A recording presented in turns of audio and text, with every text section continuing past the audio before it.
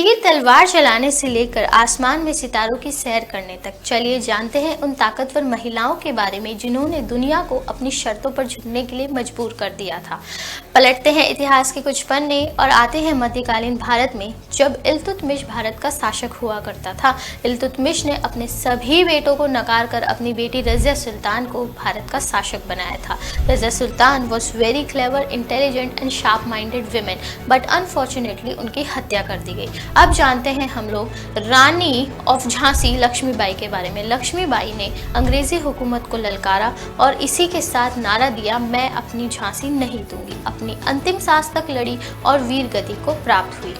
भारत के स्वतंत्रता संग्राम में नेहरू और गांधी के साथ कदम से कदम मिलाने वाली भारत की नाइटिंगेल कही जाने वाली महिला सरोजनी नायडू बेहद ही सरल और सहज स्वभाव की व्यक्ति थी।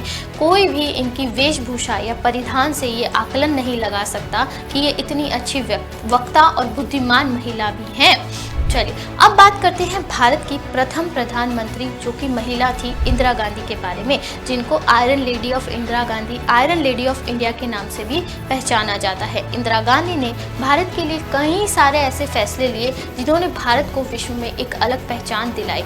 सबसे अहम फैसला था बांग्लादेश को पाकिस्तान से अलग कराना। इसी के साथ इन्होंने कई सारी संस्थाओं का राष्ट्रीयकरण किया जिससे रोजगार उत्पन्न हो। अंतरिक्ष में भारत को सिद्धि दिलाने वाली महिलाएं जैसे कल्पना चावला और सुनीता विलियम्स, इनकी अंतरिक्ष यात्राओं से भारत को बहुत प्रसिद्धि प्राप्त हुई।